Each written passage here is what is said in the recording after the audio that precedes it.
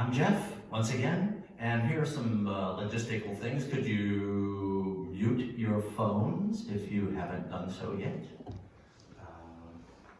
And keep your coat on. I think that's another good thing. Can you see your breath yet? My nose is cold. No, so, what do we do about that? The thermostat set at 72, so. Oh, okay, then you shouldn't be cold. So It's stop not it. cold in here at all. Well, it's a simulation of the Chiefs Stadium. That's true. All right. Okay. One thing we start with is the mission statement, vision statement of the Center for Universal Oneness. However, there are no programs today, so you're going to need to rely on me and your memory as I read, and you can chip in if you so desire. So here it is. The Center for Universal Oneness is a place where those who want support on their spiritual journey may join with others for mutual encouragement, inspiration, and guidance. The Center draws on those practices based on new thought and metaphysical approaches. The higher Christ consciousness provides the foundation we strive to live in the oneness of love. And our vision statement. Extending into the world faith, love, peace, and joy. And now Barb Kelley will start us off with a prayer.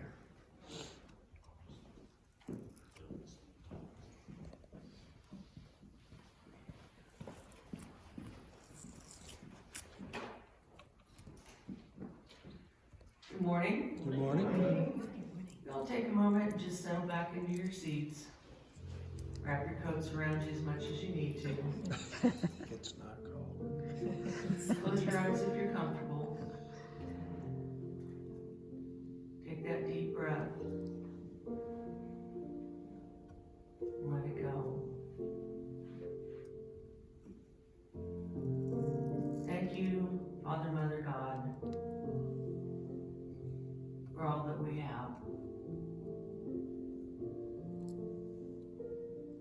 By being cold,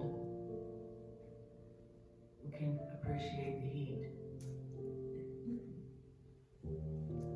By being sad, we can appreciate joy. By being hungry, we can appreciate being full. We have an appreciation of those things that we see and hold. For all of those around us,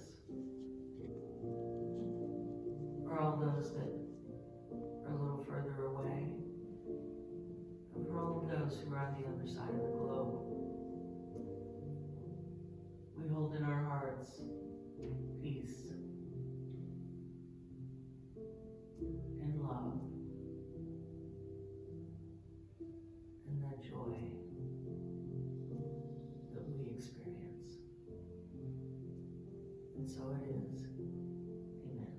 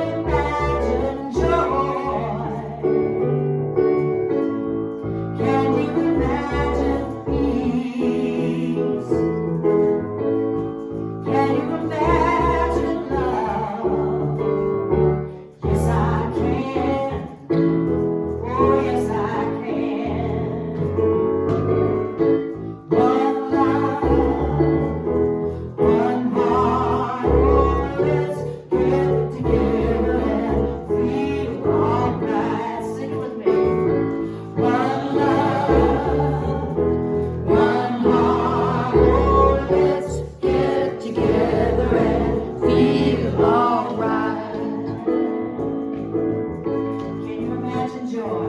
Here we go. Can you imagine joy? Can you imagine peace? Can you imagine peace? Can you imagine love? Can you imagine love? Yes, I can. Yes, I can. Whoa. Yes, I can. Let's do it again. Joy. Here we go. Can you imagine joy? Peace. Can you imagine peace? Love. Can you imagine love? Yes, I can. Yes, I can. Here we go. One love. One love. One heart. Oh, let's get together and feel alright. Let's do it again. One love. One heart. Oh, let's get together and feel alright.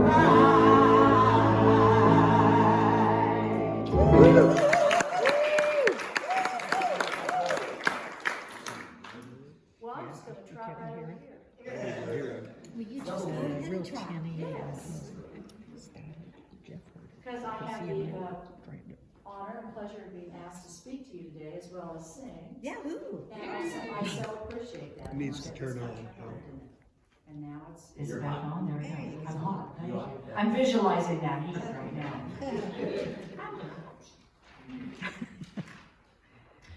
Well, today I'm going to be talking about connection, surviving and thriving in 2020. And I love that the name of our year is 2020. It's 2020. And I want to start today with a poem that was written by the former poet laureate of the state of Kansas, my friend, and one of my co-writers, Karen Miriam Goldberg. And this is called Prayer for the New Year. Let the blankets hold the shapes of our sleeping all the dreams long. Let the cat on the dog's bed move over enough for the dog. Let the snow gather tight to the afternoon sky, relax its grip, and show us the white contours of the new world. Let the last one to leave the room close the lights, and the first one to rise make the coffee. Let the sorrow we carry unfurl enough to reveal its story's ending, whether that ending is upon us or still to come. Let the windows hold the pink gold of the just rising sun and the infinite blue darkening of the rising night. Let the flowers and stones make their ways to the gravestones of those we love, who left but never left, no matter how tender the pain of the imprint. Let the flowers and stones we collect to carry in our pockets and books remind us of all that cycles its beauty through the gift of this life. Let the quietest clearing in prairie or woods, party of one or crowd of crows, land us exactly where we are. Let the rain come, and our unexpected shimmying and leaping alone in the living room. As well, let come the storm warnings with time enough to find a basement, the silver light of the winter horizon, the blue light of every day, whether we can see it or not. Let us remember that we are not who we think we are, but only, and at last, canoes on the river of light and cooling water. Let us paddle hard when the current switches and put down the paddle when the moon's face shines before us, below as above. Let us trust that we will always be led where we need to go. Prayer for the new year. So what does it mean to survive?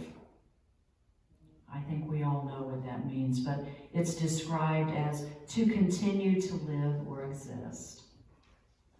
what does it mean to thrive?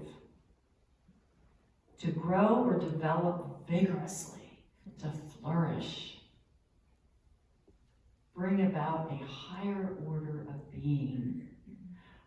Thriving vigorously sounds really good to me, and it's not always easy to do.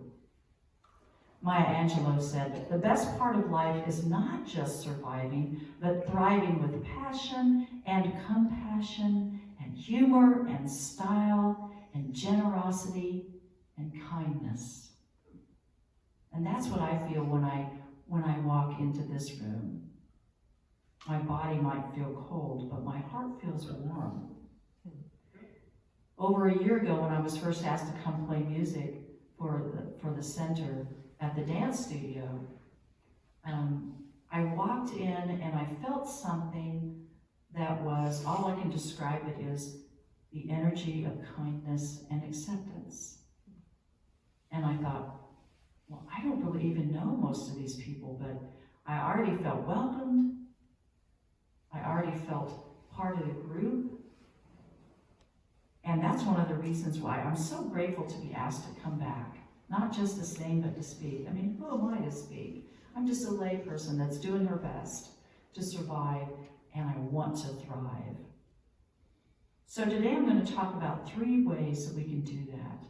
The powerful way to thrive, in my opinion, is to connect with ourselves, with each other, and with the divine.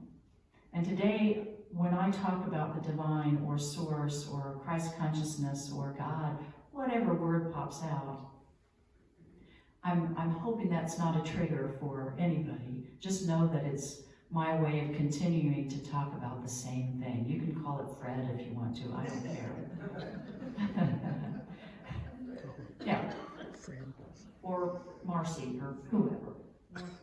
Put your own name to it, actually, because the divine actually is already there inside of you.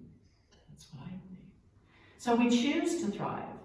And thriving sometimes means changing. Oh, it means changing and having an open mind. Have you ever been in a situation where you thought, nope, that's how it's supposed to be. We've always done it that way. We will continue to do it that way. And if anybody says anything different, I'm out. I'm sorry to say, I've done that. But I'm trying to change that. Because how can I thrive if I can't learn anything new or be inspired by somebody else or hear something that I know isn't right for me, that doesn't resonate for me, and yet I learn that what I do want to focus on and what I don't want to focus on. So you can't solve a problem with the same consciousness that caused the problem. It's real change is intentional. So if we just set our attention today and we say, I'm going to be a little bit more open today. It doesn't mean we have to immediately change everything about our life. There might be somebody in this room that talks to you today that says something and you get a little prickly and you think, no. But instead of that, put those shoulders back down and say, oh, I'd like to hear more about what you have to say about that. Who knows what we'll learn? So when we want to connect with ourselves first, here's an example of the power of intentional change and an important step towards that thriving. This is called Autobiography in 5 Short Chapters, and this is short, by Portia Nelson. Chapter 1. I walk down the street. There's a deep hole in the sidewalk. I fall in. I am lost. I am helpless. It isn't my fault. It takes me forever to find a way out. Chapter 2. I walk down the same street. There is a deep hole in the sidewalk. I pretend I don't see it. I fall in again. I can't believe I'm in the same place, but it isn't my fault. It still takes a long time to get out. Chapter 3. I walk down the same street. There is a deep hole in the sidewalk. I see it there. I still fall in. It's a habit. My eyes are open. I know where I am. It is my fault. I get out immediately. Chapter 4. I walk down the same street. There is a deep hole in the sidewalk. I walk around it. And finally, chapter 5. I walked down another street.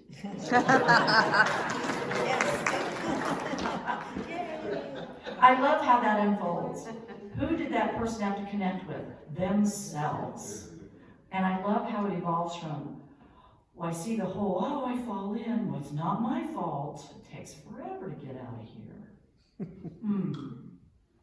I can relate to that. There have been a lot of deep holes in my sidewalks in my life, and it took a while for some of them for me to say, I'm choosing to go down another street. And when we do that for ourselves, we can be there for others. Have you ever heard the story of the person that fell in the deep, deep hole? And she was asking people as they went by, she went, help, help, help me get out of this hole. And people would come by and wring their hands and, well, I don't have a ladder, I don't have a rope, I don't know how I can help you. And the day is going on, it's starting to get dark outside, and she's getting cold. And pretty soon she's still saying, help, help. And he sees a friend walk by, and the friend looks in, and the friend jumps in the hole. And she says, what are you doing? Why did you jump in this hole? And the friend says, I've been in this hole before. I know how to get out. So that's an example of connecting with others. Did you know, and I think a lot of us here do know this, babies who are not held and nuzzled and hugged enough literally stop growing. And if that situation lasts long enough, even if they're receiving proper nutrition and they're kept warm and safe, they die. They need connection to live.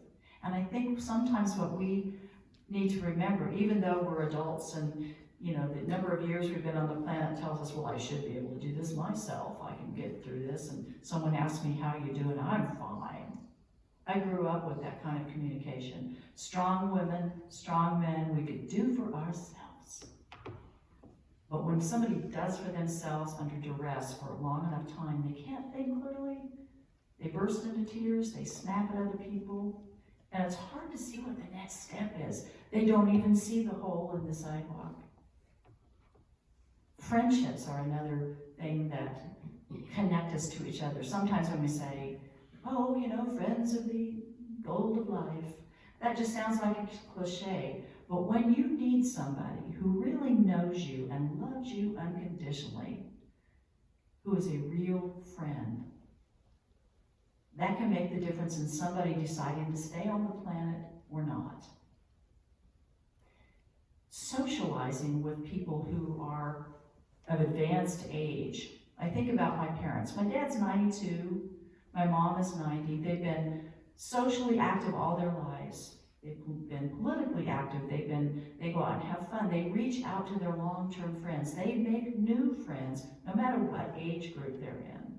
They're a great example of staying connected with people and friendships. Helps them. There was a study that was done of 200 seniors who had depressive symptoms.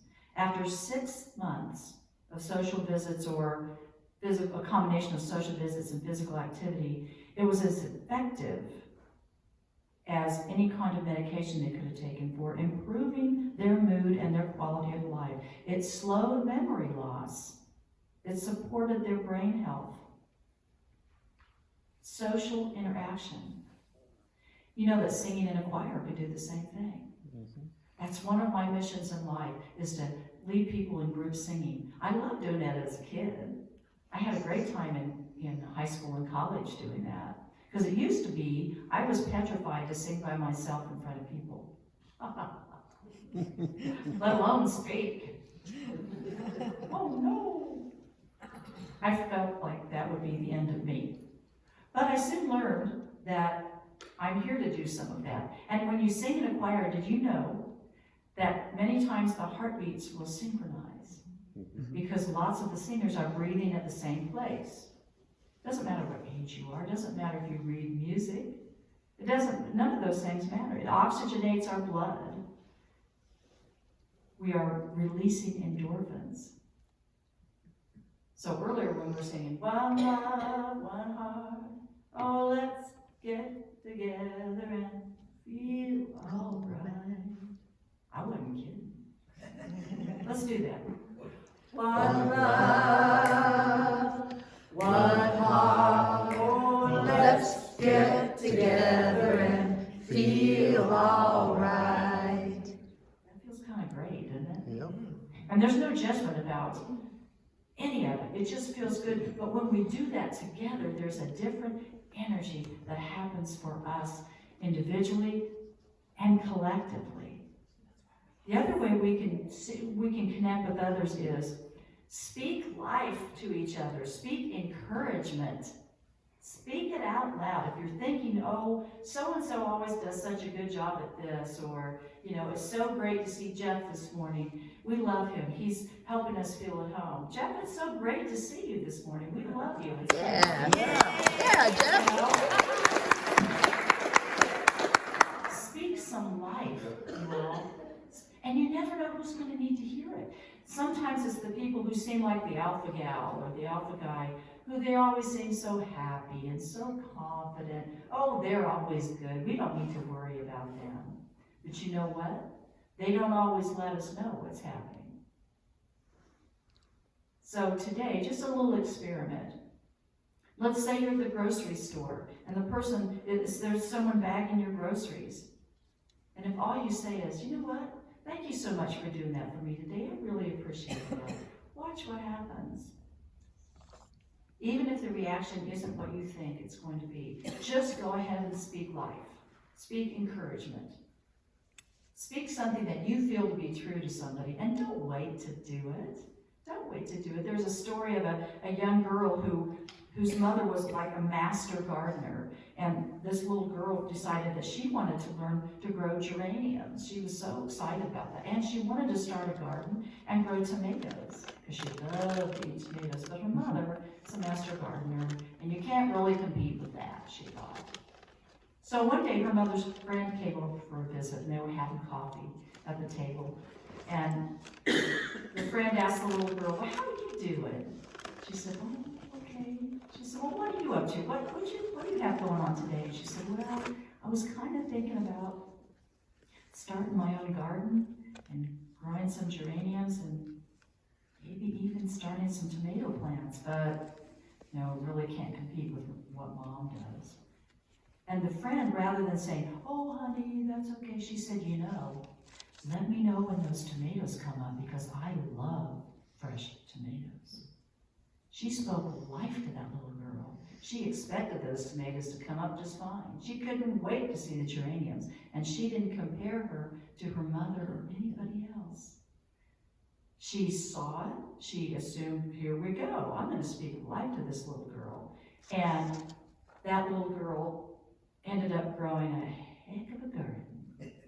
And her first pot of geraniums went to her friend. So kindness is something that we think, but speaking life and speaking encouragement connects us to others. And it doesn't mean that you're trying to draw them into you or you expect any darn thing from them. You're just there to spread that love. So there's a song that was written, a short little song. The words are by, I think it's pronounced Hafiz or Hafez, the Persian poet. And it sounds like this. I'm going to back away here. Back away from the mic. It sounds like this. I wish that I could show you. I wish that I could show you. Whenever you are lonely or walking in the dark, I wish that I could show you. I wish that I could show you the astonishing light of your being. So how can we show each other the astonishing light of their being? Speak life to them. Don't wait. Speak encouragement.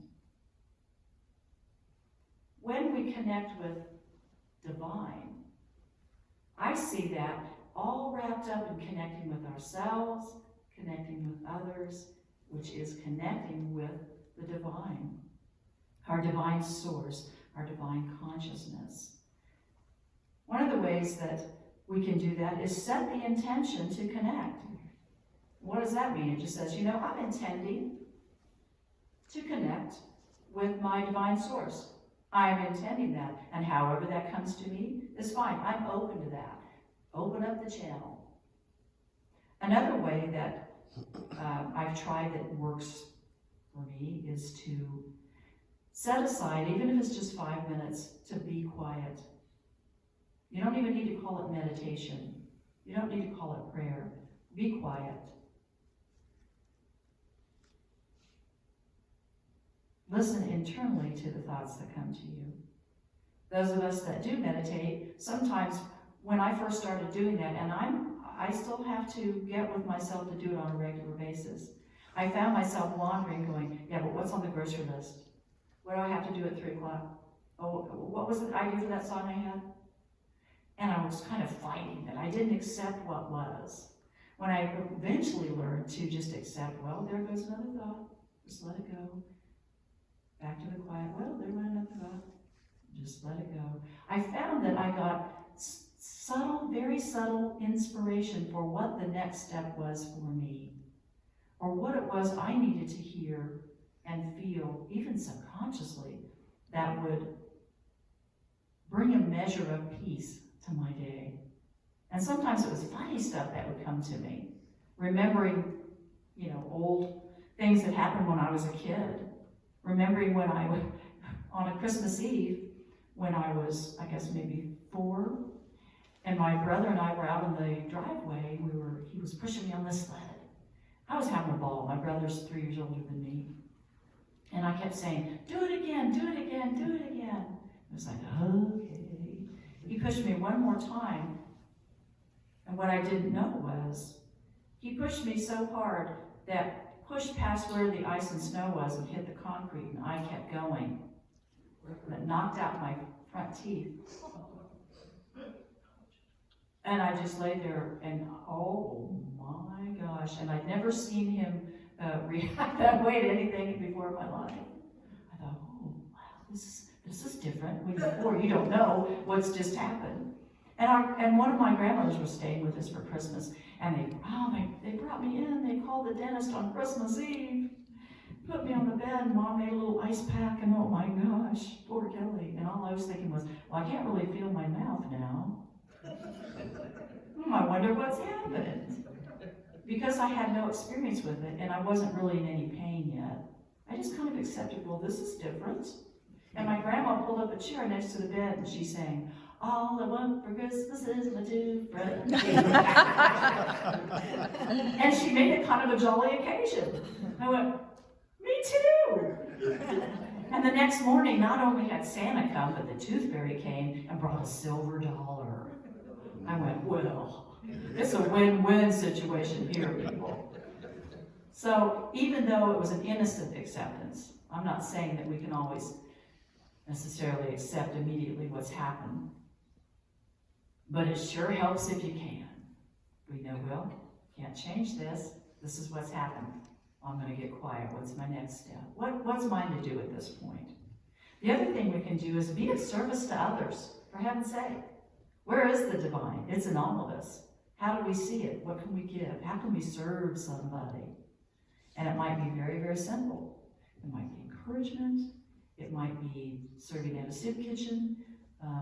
The way that I figured out what I'm actually here to do is I'm here to serve with music in whatever way that comes, with group singing or vocal coach or recording or performing, whatever that is, it's about music for me. Even when I give talks all over the country, music is always an integral part of it. It's woven into it because that's how I can serve. Connecting with the divine is easy when we connect it to beauty.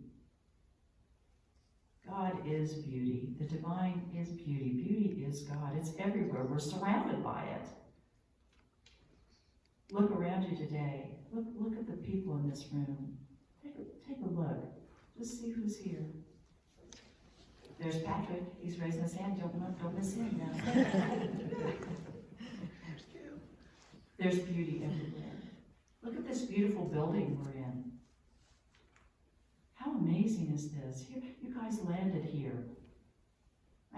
worked hard to land here, and I know it's no mistake, but it's beautiful that you did. So here's some things to try this week, just to consider. Think about how you want to feel rather than what you want to or have to do. There's a story about a well-known baseball player, and they're getting ready to go out on the field. And a lot of players are weary, they're tired, they've done a bunch of games, they've been on the road, and they're like, oh gosh, time for another game. And he turns around and goes, I get to play baseball today. Bam. Think about that today. When you are someone who lives in an environment and are privileged to have a home, it's a privilege to have a home with running water and heat and a safe place to go where you can lock your door and you can lie on a bed that's comfortable. Think about that. Somebody who doesn't have those things, it's such a relief to them if they are offered a safe place to stay. Can you imagine how exhausting that would be not to have a safe place to be? It's beautiful where you live. It doesn't matter what it is or what it looks like. It's a privilege and it's a beautiful thing. Remind yourself of times in the past when you felt like you were thriving. When was that? What happened? In detail, visualize those times and remember how it felt. We get it in our body. How did it feel? When you talk to somebody and you ask them how they're doing and they sincerely say, I feel good. What happens? It kind of raises our energy a little bit too. Well, you do? I'm feeling a little better myself. Remember times when you were thriving. What did that feel like? Spend time outside. Well, now today, it might be looking through the plate glass window out the beautiful outside. Now, there are some people who thrive in the cold. I have a friend who lives in Iowa City, Iowa. And when she comes to visit in Lawrence, Kansas, where I live, and I'll have my scarf on, and I've got my down coat, and my hat, and my mittens. She can barely see my eyeballs. She'll show up in a jeans jacket. I was like, girl, what are you doing? She said, well, it hasn't really gotten cold yet. And in our city, they're having blizzards and snow, and it's 0 and below, and then she comes down here, it's like, hey man, it's 11 degrees, all right. It's all in your perspective. Surround yourself with other thrivers.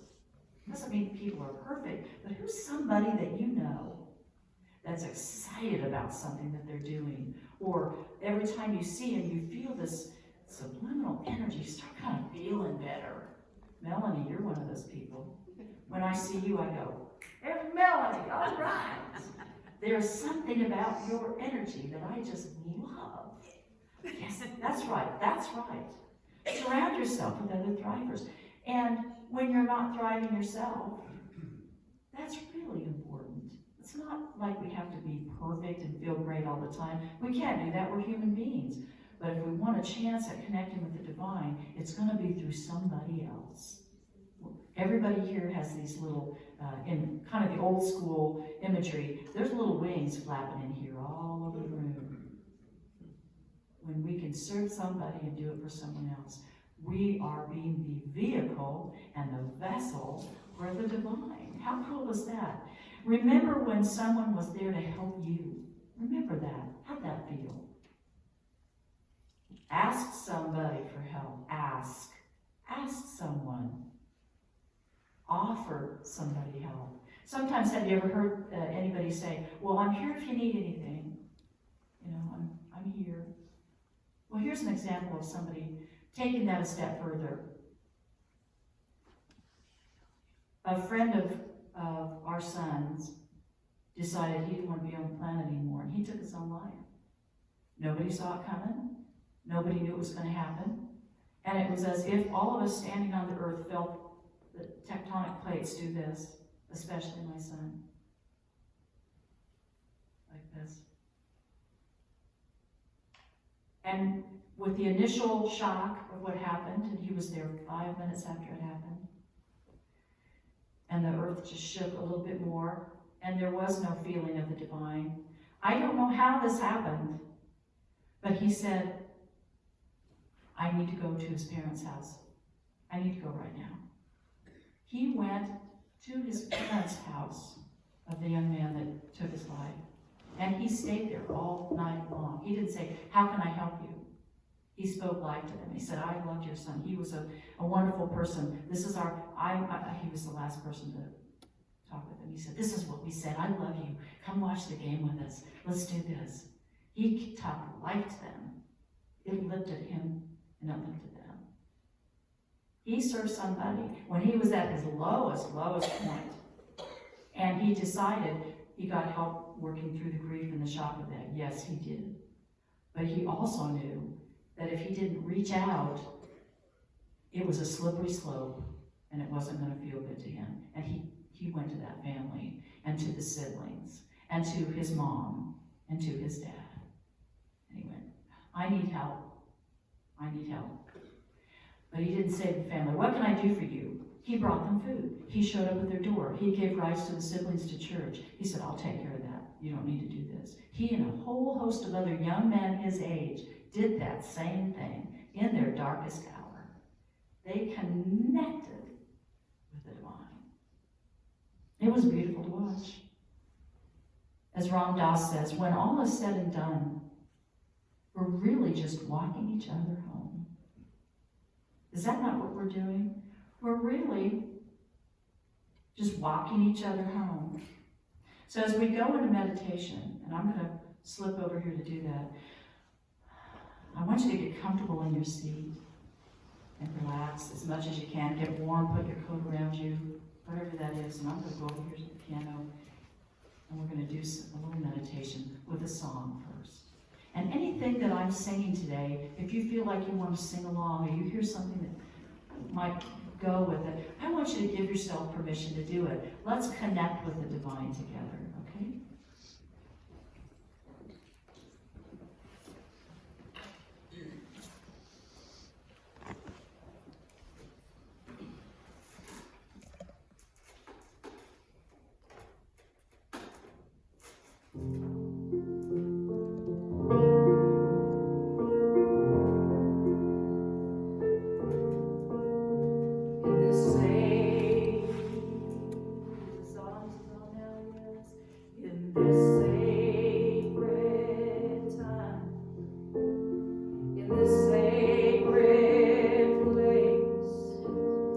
We are not alone as we walk in grace.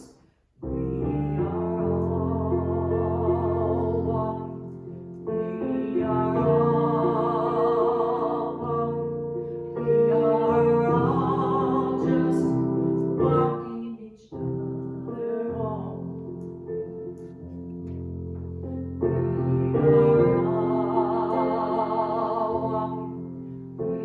are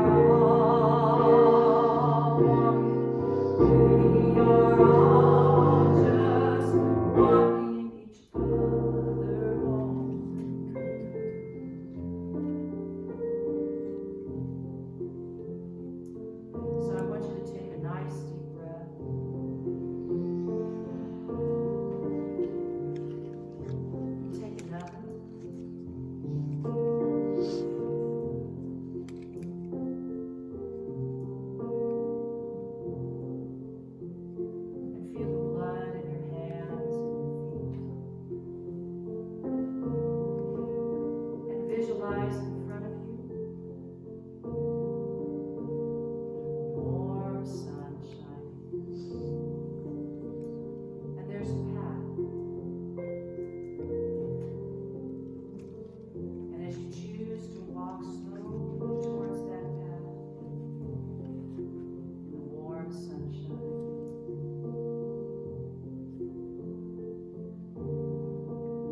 you see somebody walking towards you. Out their hand.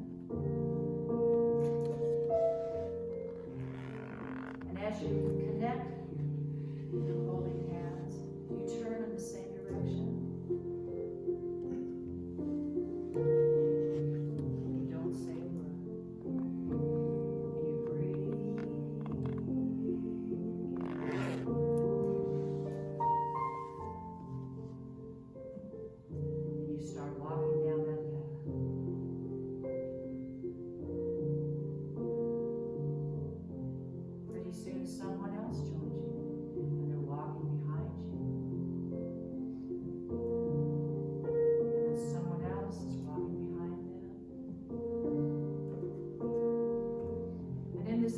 where it's warm and safe and quiet. In this sacred time, in this sacred place,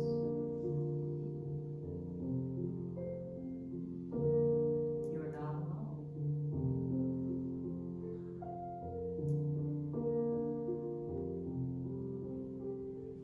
You visualize that warm, safe place, wherever that is for you, wherever that may be. You gradually ease yourself into that very spot, as do all the others around you.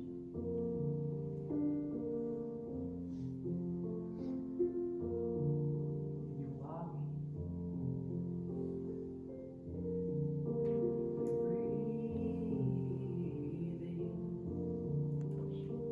Eventually, you stop and relax.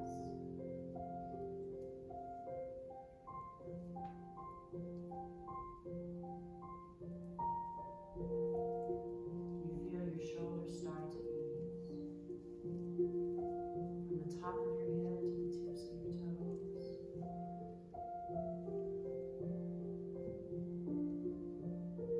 You relax. You relax.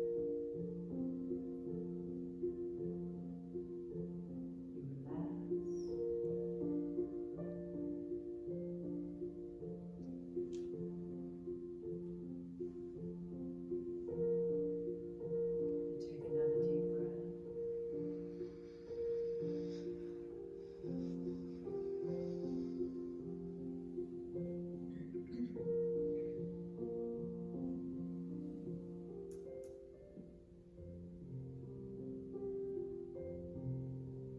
And as you slowly, slowly bring yourself back to this time and this place,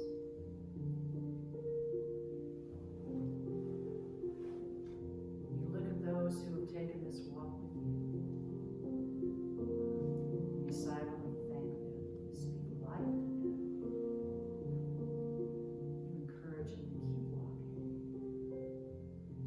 In this sacred time, in this sacred place, we are not alone as we walk in grace. We are all walking. We are all walking. We are all just walking each other home. We are all walking. We are all walking. We are all just walking each other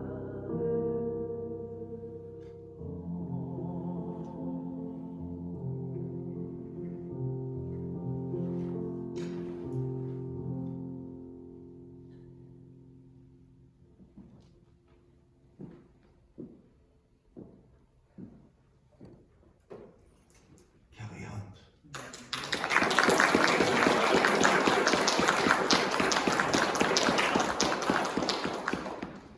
Wow.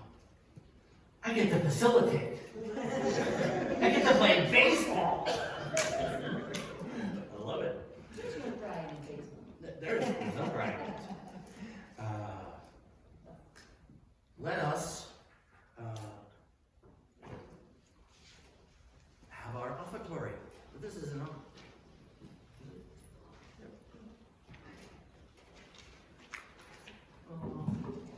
There we go. Let's have our offertory. And please take a moment and gather up your offertory, and then we will say our prayer.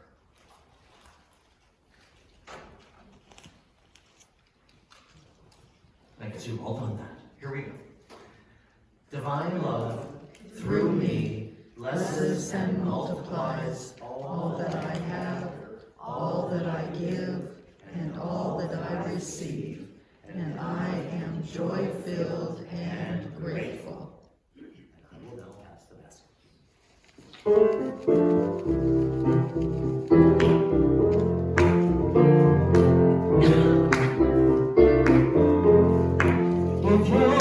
ready,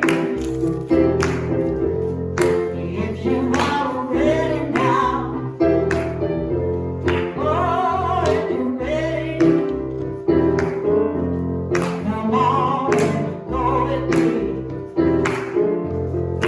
Your hatred, come go with me.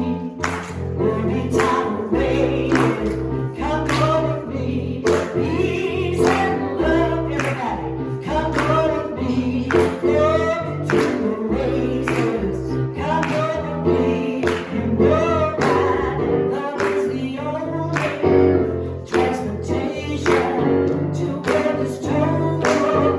Communication, if you're ready, come go with me. Oh, get ready. Come go with me. If you are able, come on, come go with me. Oh, take my hand now. Come go with me. Disaster. Come go with me. We'll never enter there. Come go with me. Oh, come go with me. We'll never declare. Come go with me. You know that love isn't only transportation to where it's told. Communication, if you're ready, come on, come go with me. Everybody ready now. Come go with me. All around the world, listen, come go with me. Come on, come go with me.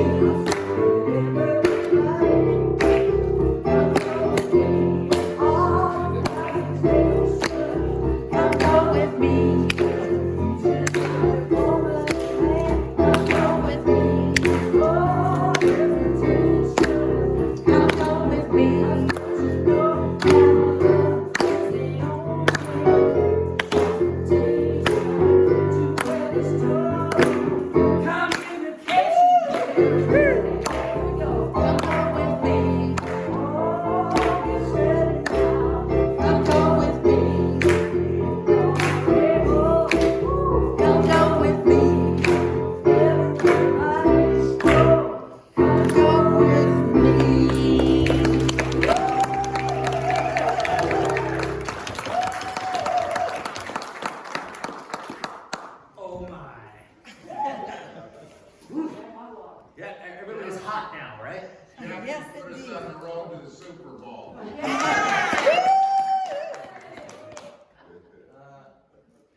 Okay, it looks like it's about to run out of battery. It didn't. Okay, good. All right. Oh, that was insanely wonderful. Thank you for that.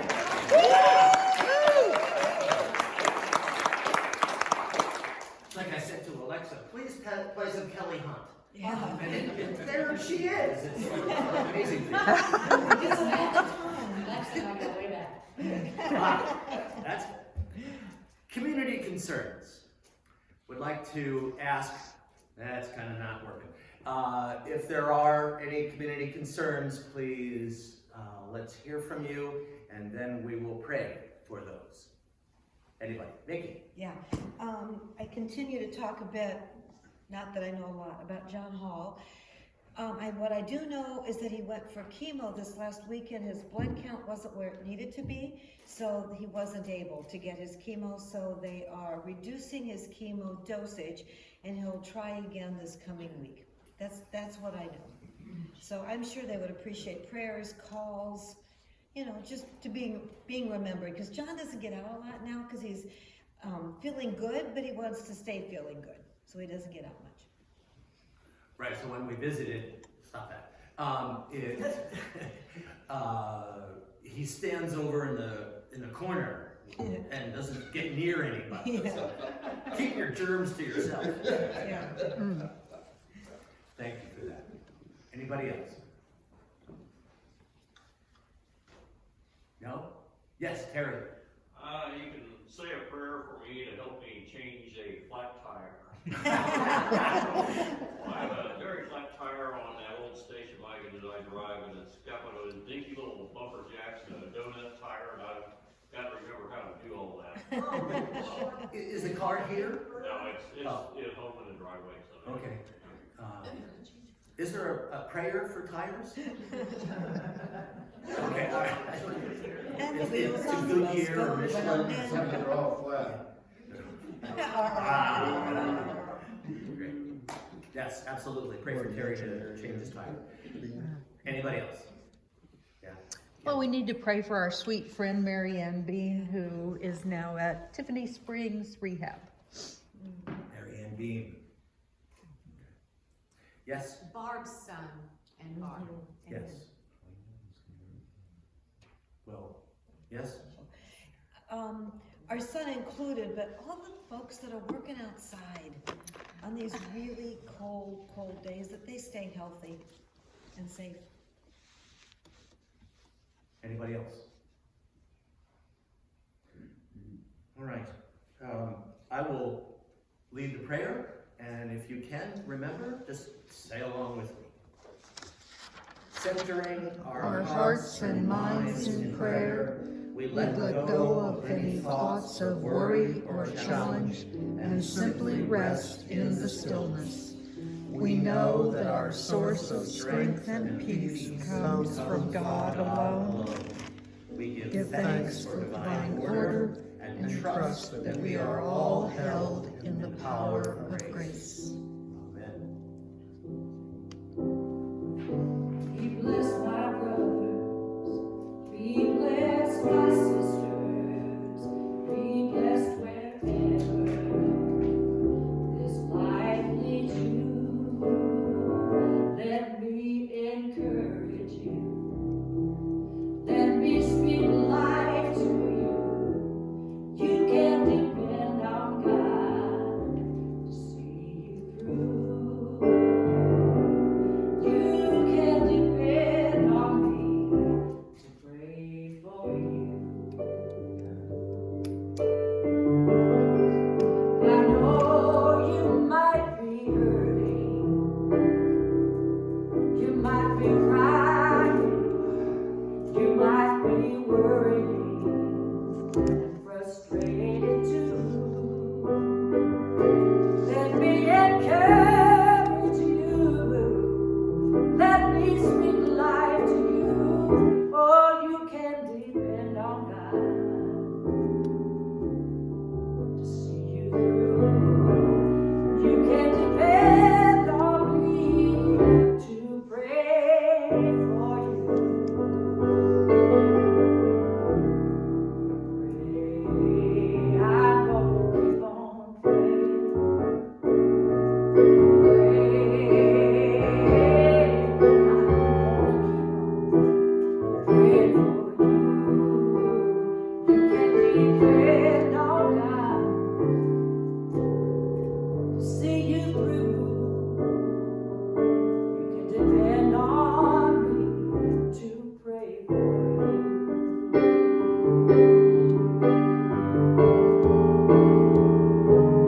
I see you in the future, and you look better.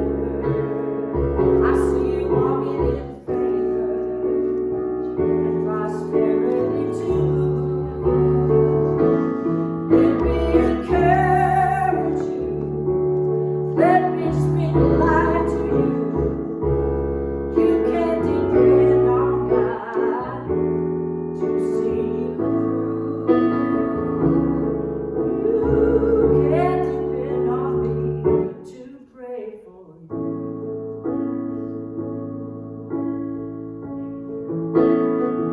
I pray for you. You pray for me.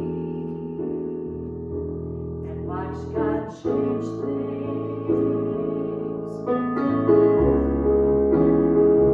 I pray for you. You pray for me. And watch God change things. Be blessed, my brothers. Be blessed, my sisters. Be blessed. wherever this life leads you.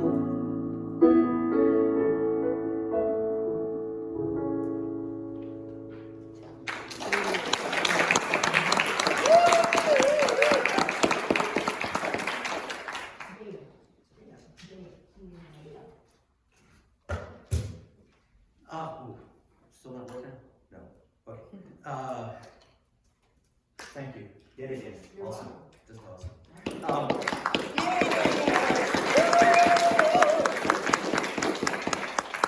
Please remember, if you need or want private prayers, that Dennis and Susan are available for you to do that.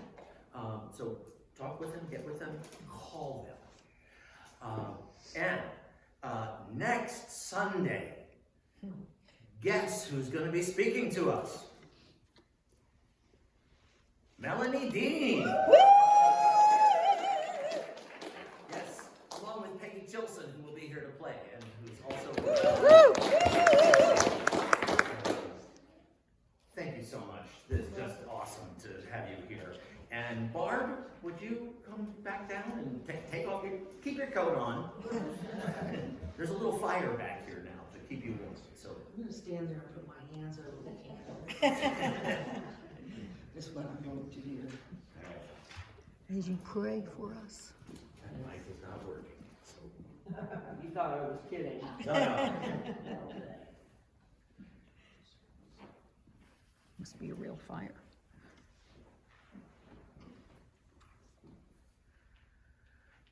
Deep breath. Let it go. As we go forth on our day,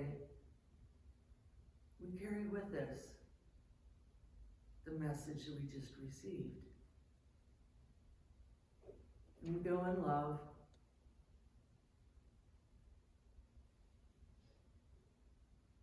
And we go in peace and with open arms to welcome the rest of the day, as well as the rest of the time of our life. And so it is. Amen. Amen. Go Chiefs!